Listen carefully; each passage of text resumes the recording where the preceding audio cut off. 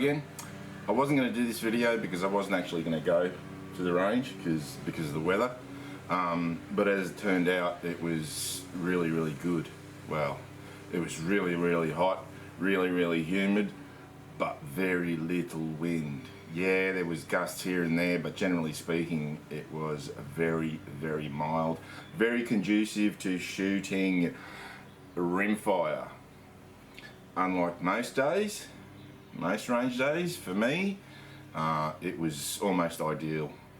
There was, because of the high humidity and the sun was out, there was a lot of mirage, but you know, it's never perfect when you shoot outside.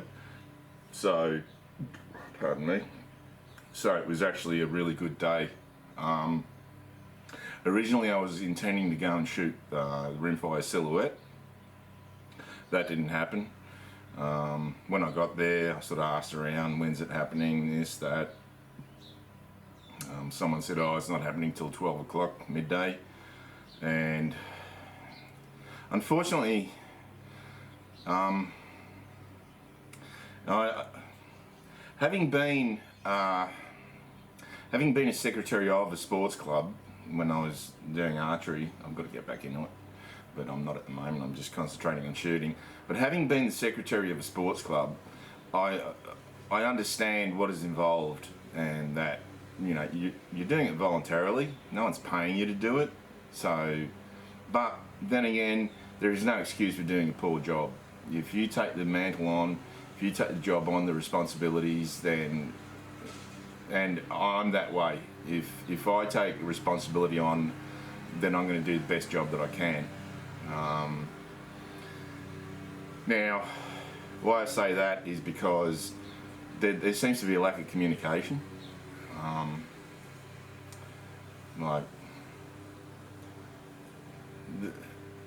It's a very big club. See, luckily, the club that I was secretary of was quite a small club. It still is a small club. So there's not a whole lot of members to notify. We just do it on Facebook. Now, I'm not on that Facebook group, number one. Number two, some of the notifications are via email, and it seems to be some sort of clique. And I'm not in any of those cliques. You know, I'm pretty much a foreigner as far as they're concerned, even though I do go there a fair bit and I've made quite a few friends.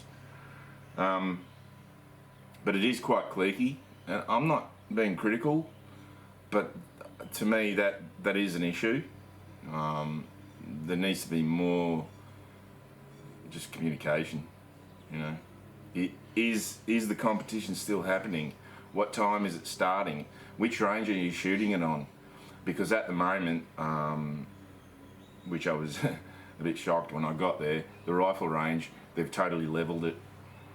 They've gone in there with a dozer and just totally leveled it. What they're going to do is they're going to have it steps at 100, 200, 300, 400, so that you can actually have a 100 target, a 200 target, a 300 target, a 400 target out to, I don't know how far they're going to do that, which is good, because previously, I've got something crawling in my hat, because previously, if you wanted to shoot out with the same gun at various distances, you either had to move your target after each ceasefire, or you had to set up a couple of targets and take up a couple of benches, or all that rigmarole, whereas now you can set up multiple targets at multiple distances once they've got it finished, which is good.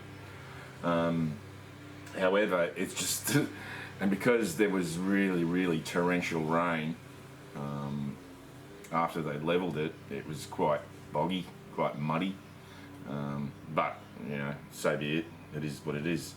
So anyway, I went there, and like, there was just very little wind, and there was wind, but it was very little, or reasonable, what I call reasonable wind for shooting rimfire. So I was just stoked, and I thought, beauty, because in the ammo box I still had a whole heap of different 22 ammos, and I'll just be back in a sec because I've got to get the ammo box so I can show you the different ammos. Back in a sec. Alright, I'm back. So I'll show you what happened. First of all, I'm just going to have a beer. It's hot. I'm drinking Steinlager, and no, it's brewed in New Zealand. Okay, so it is. Tastes different though to original Steinlager. They must have been bought out.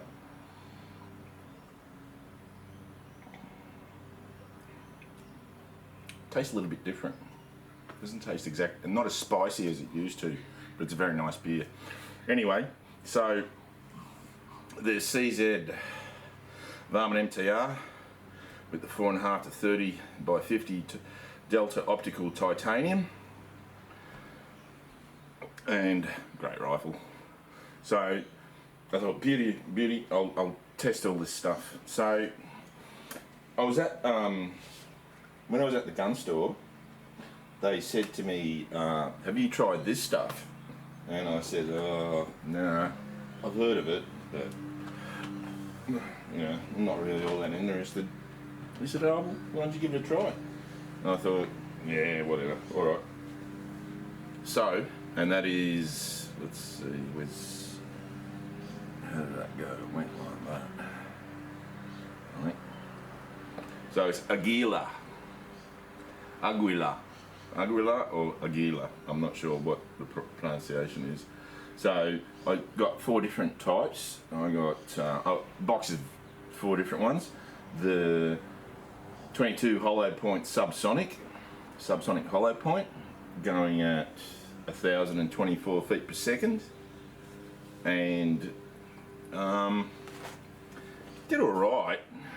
Nothing to write home about. But one thing I've noticed about the Aguila is there's a fair bit of inconsistency.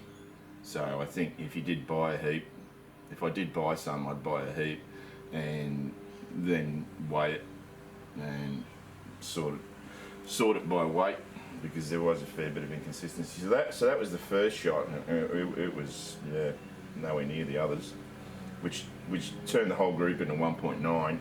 But there's 3 shots there that are at 0.37, so you had 3 very close together and 2 that are way apart, which tells me that there's potential for this thing to be accurate, but there's obviously inconsistency. Then the second group, 4 shots within half an inch, and then 1 that threw it out to 1.2 inches. Then the third group was 0.9. This is all at 50 metres. The fourth group was 1, but again, I had 3 shots that were at 0.2, right? And then the other 2 threw it out to 1. Then the 5th group was 0.49, and then the 6th group just opened up to 1.1. So a lot of potential, but very inconsistent. Let's see, what did we go to next? Next one we went to was the Aguila Target Competition 40 grain, and it's just a round nose 40 grain, travelling at 1,080 feet per second. How fast was that one? 1,080 feet per second, just a little bit faster than the hollow point. Oh, is that? Oh, it's Target. Hang on. It's that one. And so this is their target ammo. Again, it wasn't that good. So 0.72, 0.6, 1, 0.66, 1. 4 of them within 0.47, but the last one threw it, and 1.1. So not very good for target ammo. Then the next one was Aguila Rifle Match Competition, 40 grains, travelling at same 1,080 feet per second. So the target competition and the rifle match competition look exactly the same, and they're travelling at exactly the same speed. So when I actually read that on the box, I thought they're probably the same thing, but it doesn't appear to be the case. The rifle match performed better. So I had, but again, serious inconsistency with some big flies. Like the first group was 0.42 and I shot that and I thought, hey, okay. Then the next group was 0.56 and I thought, yeah, all right. Then the next group was 0.5, right? Now there's a shot up there. That's not that was actually from another target that I shot. That was the ammo was that inconsistent. So that was 0.5. Then I went 0.46 with those three, and then two got blown out completely over here. So serious inconsistency. That wasn't wind.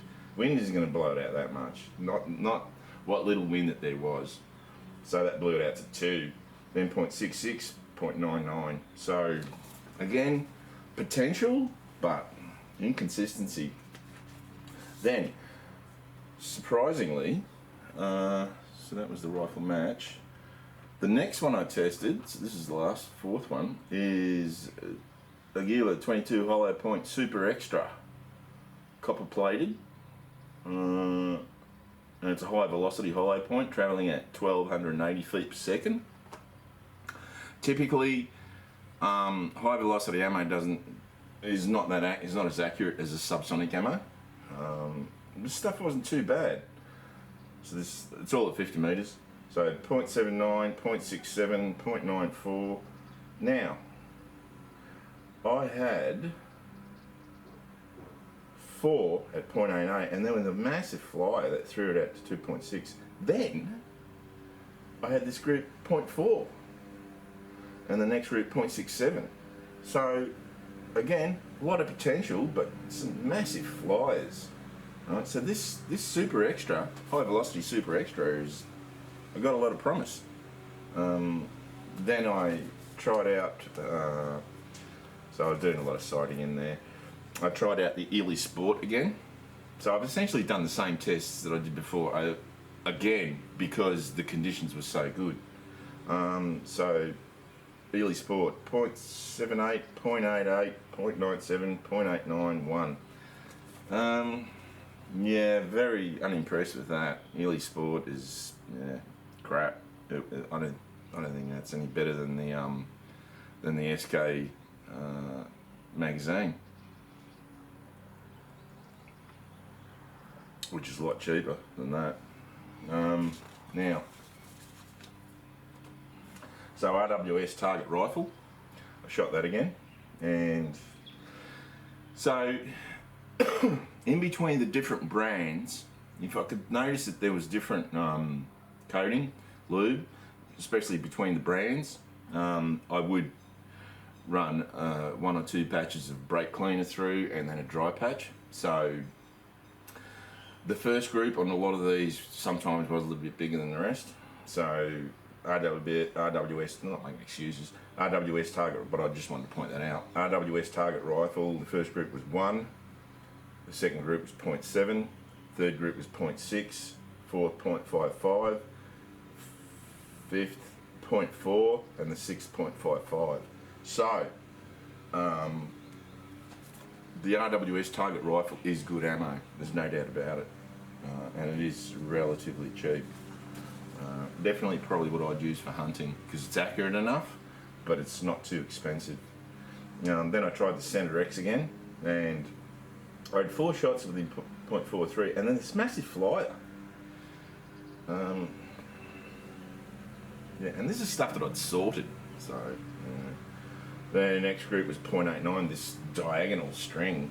Then 0.56, 0.44, 0.46, 0.12. So, like, there's 3 groups there that are really quite respectable. But, and then, just the Center X just seems to be inconsistent, you know, and that's that stuff. So, that was sorted. Yeah, not impressed. What was the next one? The SK Pistol Match Special. Now, I've screwed up because I actually had 2 different batches that I just lumped together. I just weighed them all and put them in lots by weight, and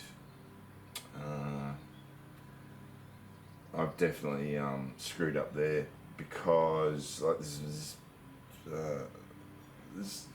I don't know if that was a part. I think that was from another fly from somewhere else. But 0.32, 0.48, 0.45, 1.2. When that happened, I'm pretty sure I cleaned it, because I was regularly cleaning it, because I thought, well, that's massive, so I might have cleaned it. 0.6, 0.3, 4 of them 0.3, and then one at 0.85. I think that was starting to go hose there. But if you have a look at, so this is SK Pistol Match Special at 50 metres. So the smallest group I've ever shot, I think, out of this rifle, 0.23. That is literally looks like a clover. 0.62, 0.33, 0.64, 0.36, 0.29. The SK Pistol Match Special is definitely the one. And I can show you here what I mean by mixing up two lots. These ones, which are pretty much either cutting or almost cutting the centre dot, close to it, right? Then you've got these ones that are shooting low and slightly to the left, or low. Right, 1, 2, 3, 4, I don't know about that one, 5. Right, I think they were from the other lot, because there's a big difference there. And this rifle is not that inaccurate, and this ammo is not that inaccurate. So I think I've screwed up with the two lots. Yeah, there's not much I can do about it now, because I don't know which one's which. But yeah, not good. So that was testing with this. Some of the Aguila, and so my conclusion with the Aguila is that, yeah, got a lot of promise, but a lot of inconsistency. So definitely would have to weigh it and separate it by weight. But anyway, so I haven't shot this in competition yet. Like I found out, the silhouette competition starts at 12 o'clock midday, and let me tell you, by 11 o'clock, I was just a mess, because it was that hot and that humid, and you're just concentrating the whole time, and I was getting a headache, because you're looking through a scope on a sunny day, on a really sunny day, and yeah, I was toast. I was going to be in no shape to be shooting a competition at all, so yeah, disappointing sort of, but what do you do? But anyway, the other rifle that I took along, because I wanted to make sure that it was sighted in properly, is the CZ 457 17 HMR with the 4.5. I keep forgetting what the 4.5 to 14 Burris full field E1. Very nice scope.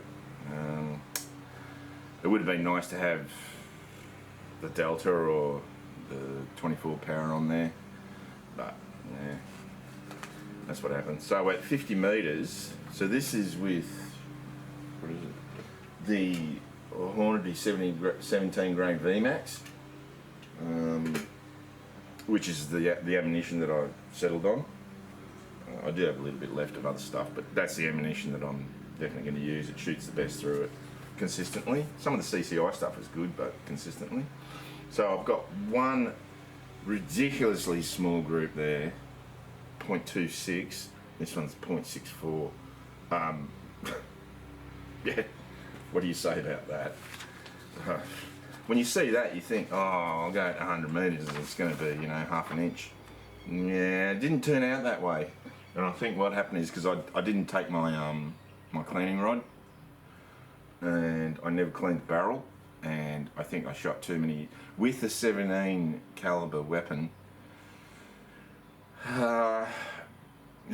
Yeah, I think, and I've been told that by gunsmith anyway.